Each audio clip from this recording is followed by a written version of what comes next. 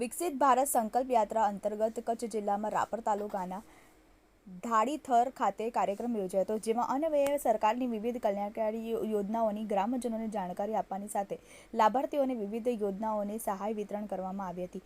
વિકસિત ભારત સંકલ્પ યાત્રાના ભાગરૂપે આયુષ્માન કાર્ડ, પ્રધાનમંત્રી આવાસ યોજના, પ્રધાનમંત્રી ઉજ્જવલા યોજના તથા કિસાન ક્રેડિટ સહિતની યોજનાઓની ગ્રામજનોને માહિતી આપવામાં આવી હતી. આ પ્રસંગે અદ્યતન ડ્રોન ટેકનોલોજીથી પાકમાં સરળતાથી નેનો યુરિયાના છંટકાવની પ્રક્રિયા અંગેના ડેમોનું ખેડૂતોએ જાતે નિરીક્ષણ કર્યું હતું. આ પ્રસંગે સર્વે ઉપસ્થિતિઓએ વડાપ્રધાન શ્રી નરેન્દ્રભાઈ મોદીનો સંદેશો સાંભળ્યો હતો.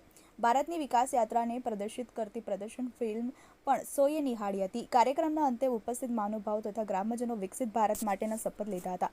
આ કાર્યક્રમ અન્વયે મેરી કહાની મેરી જુબાની અંતર્ગત વિવિધ યોજનાઓના સહાયની સાફલ્ય ગાથા રજૂ કરી હતી.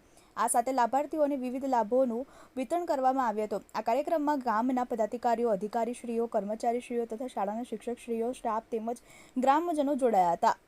Rathod Dharamsinh, TV18 news, Kutch.